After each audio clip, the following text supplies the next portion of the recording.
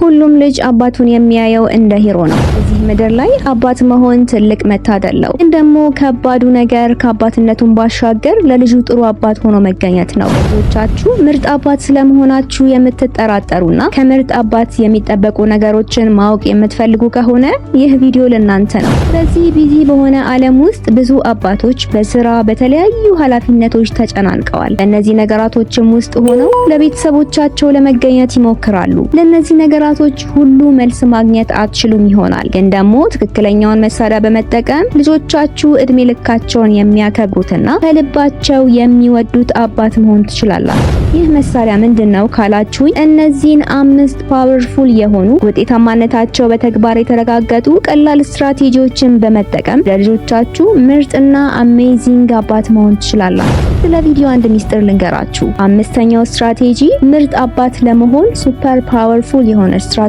ስለሆነ እንዳያመልጣችሁ። እስከ ቪዲዮ መጨረሻ ደግሞ አብራችሁን ከቆያችሁ ቦነስም እጨምርላችኋለሁ። ለመስማት ዝግጁ ከሆናችሁ እንጀምር። የመጀመሪያው ስትራቴጂ ትንሽ ደቂቃም ብትሆን ለልጆቻችሁ ጊዜ ሰጧቸው። ለልጆቻችሁ ጊዜ ለመስጠት አዳዲስ መጫወቻዎችን መግዛት ወይንም ደግሞ ትልልቅ ቫኬሽኖችን ማዘጋጀት አይጠበቅባችሁም። ልጆቻችሁ የሚፈልጉት ጊዜያችሁን ነው። ከስልካችሁና ከሌሎች ዲስትራክት ከሚያደርጋችሁ ነገር ራሳችሁን በማራቅ በየቀኑ 10 ደቂቃ ከልጆቻችሁ ጋር ስለውሏችሁ በማውራት የተለያዩ ጨዋታዎችን በመጫወት ወይንም ደግሞ የቤት ስራቸውን ሲሰሩ በመርዳት ማሳለፍ ትችላላችሁ። እዚህ ጋርም ይህን ተግባር ሊያቀልላችሁ የሚችል አንድ ቲፕ ልጨምርላችሁ። በየቀኑ የሚያስታውሳችሁ ዳድ ታይም አላርም በስልካችሁ ላይ ሙሉ። አላርሙ ሲጮህም ሁሉንም ነገር በማቆም ሙሉ ትኩረታችሁን ልጆቻችሁ ላይ አድርጉ። ይህም ልማድ ብቻውን ከእናንተና ከልጆቻችሁ መካከል ያለውን ሪሌሽንሺፕ ሙሉ በሙሉ ለውጦ ሊያስተካክለው ይችላል። ወደ ሁለተኛው ስትራቴጂ አለፍኩኝ። ሁለተኛው ፓወርፉል የሆነው ስትራቴጂ ቃላቶቻችሁ የልጆቻችሁን ኮንፊደንስ የሚገነቡ ይሆኑ። ቃላቶች ኃይል አላቸው። ለልጆቻችሁ እንደምትኮሩባቸው፣ ስማርት እንደሆኑ፣ ደግነታቸውን እንደምትወዱላቸው ንገሯቸው። እነዚህ ቃላት በልጆቻችሁ ልብ ውስጥ ጠልቀው በመግባት እናንተ ላይ እምነት እንዲኖራቸው ያደርጋቸዋል። እዚህ ጋርም ሁሌም ማስታወስ ያለባችሁ ከታለንታቸው በላይ ጥረታቸውን አወድሱላቸው። አንተ እኮ ስማርት ነህ ከምትሏቸው ይልቅ ጠንክረህ የምትሰራበትን መንገድ እወደዋለሁ በሏቸው። ሶስተኛው ደግሞ ፓወርፉል ስትራቴጂ ልጆቻችሁ ሁሉንም ነገር ኮፒ ያደርጋሉ።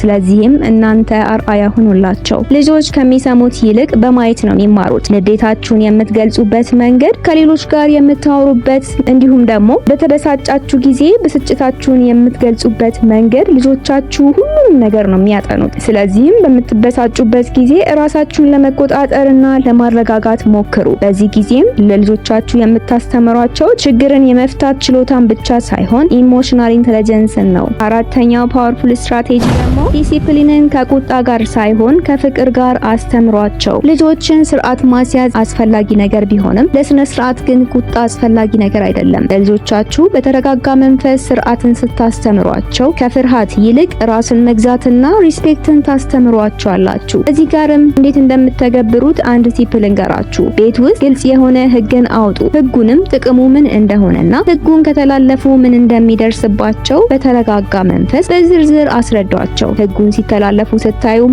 ራሳችሁን ለማረጋጋት ሞክሩ። ምክንያቱም አላማችሁ መሆን ያለበት እነሱን መቆጣጠር ሳይሆን እነሱን ጋይድ ማድረግ ነው። አምስተኛው ስትራቴጂ አሁን የምነግራችሁ ስትራቴጂ አሜዚንግ ዳድ ለመሆንና ምርጥ አባት ለመሆን ትልቅ ሱፐር ፓወር ያለው ነገር ነው። ለመስማት ዝግጁ ናችሁ ብዬ አስባለሁ። እሱም በይቅርታ ተአምር መፍጠር ትችላላችሁ። በንዴት ራሳችሁን መቆጣጠር አቅቷችሁ ስህተት ከሰራችሁ ወይንም ደግሞ ሌላ ተገቢ ያልሆነ ነገር ካደረጋችሁ ልጆቻችሁን ይቅርታ ጠይቋቸው። ጥሩ ያልሆነ ነገር አድርጌያለሁ ይቅርታ አድርጉልኝ በሏቸው።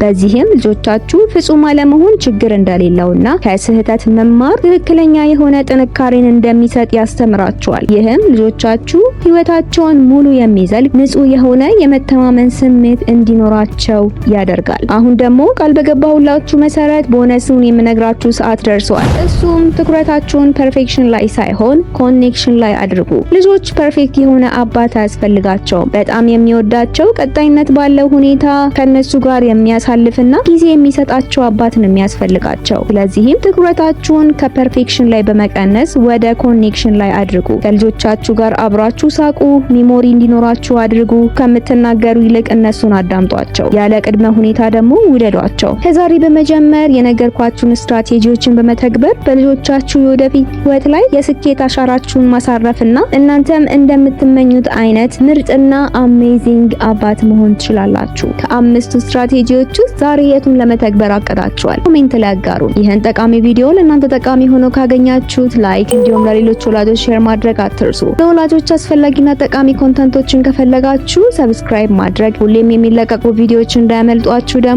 የደውል ምልክቱን መጫን አትርሱ። ለአብሮነታችሁ እናመሰግናለን። በቀጣይ ጠቃሚ ቪዲዮ እስከምንገናኝ ቻው ቻው።